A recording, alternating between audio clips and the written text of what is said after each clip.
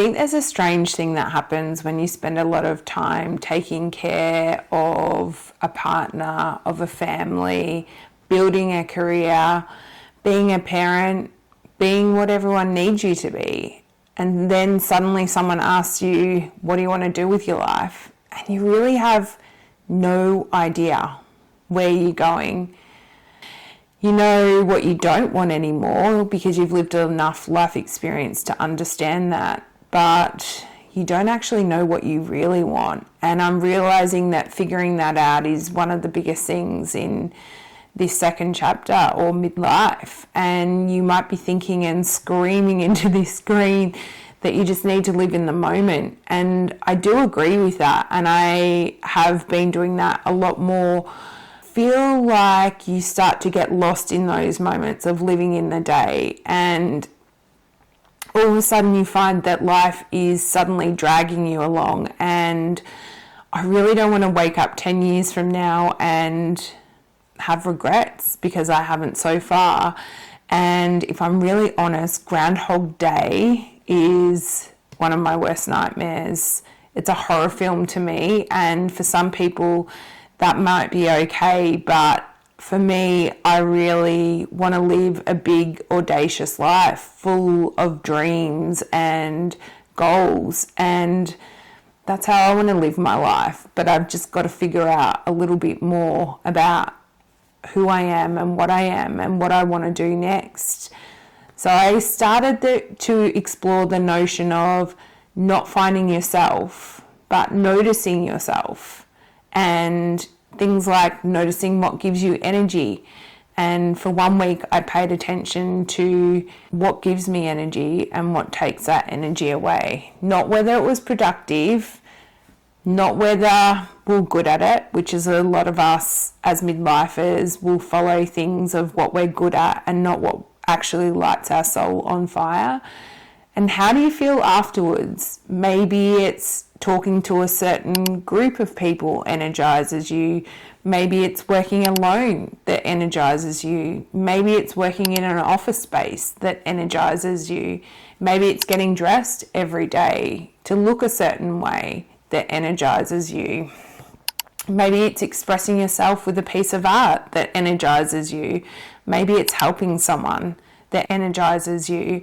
And I think by collecting those clues and observing your own life on what brings you joy, if you can journal those clues, it gives you little pieces of who you actually are and what you actually enjoy.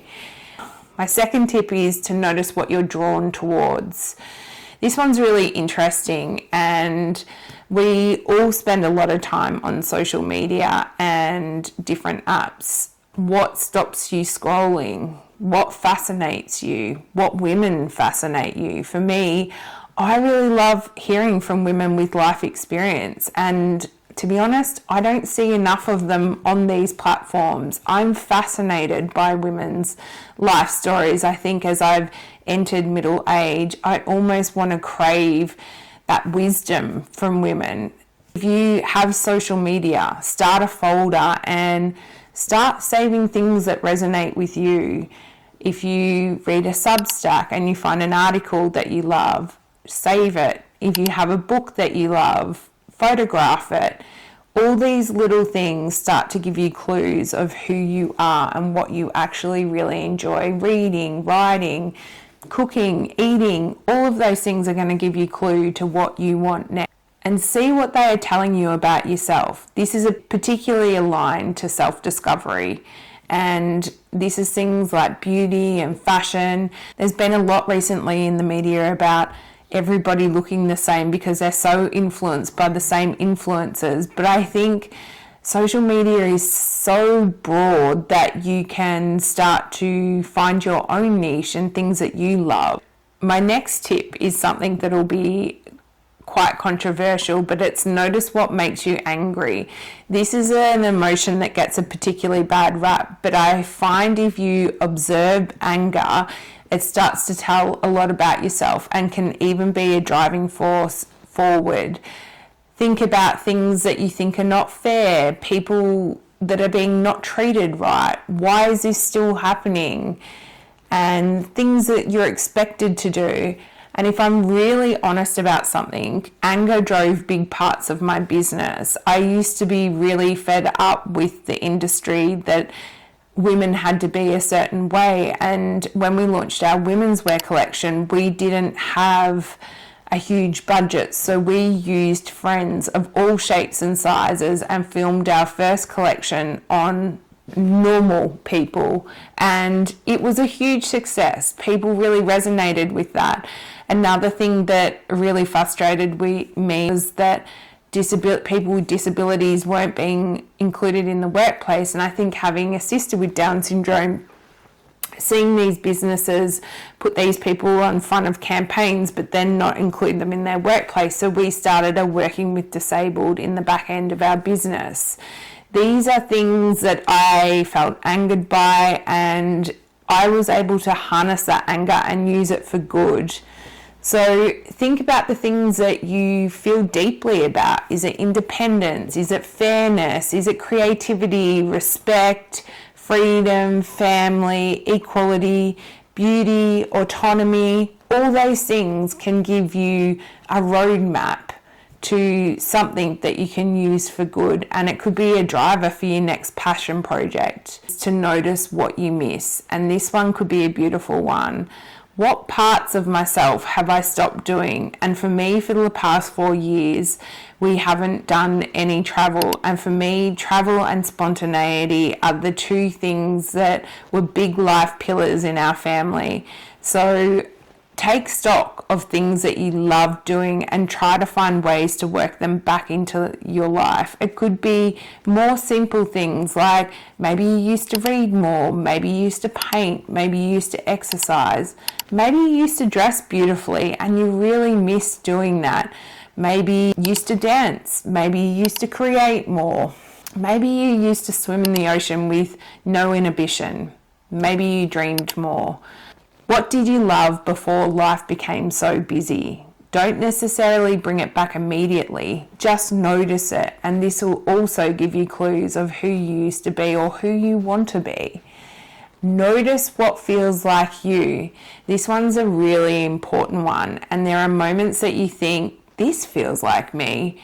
And I think when you're walking around lost and all of a sudden you get that this feels like me feeling, you really start to notice what that is. It could be a beautiful room. It could be an article that you read. It could be a beautiful meal that you had.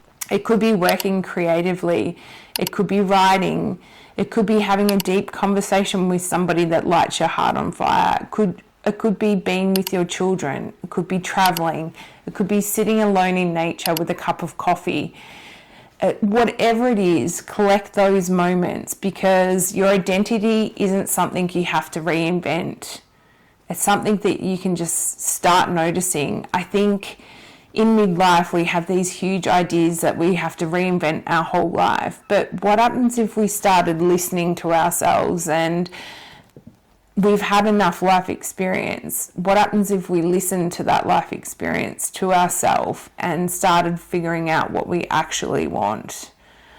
Something that I've done recently is I've stopped walking with headphones. I try and walk every single day, at least 10,000 steps, and this time gives me a lot of space to find my own voice again. And I find sometimes as we get older, the voices in our heads that we're listening to aren't in fact our own, which makes it really then complicated to work out what you do want.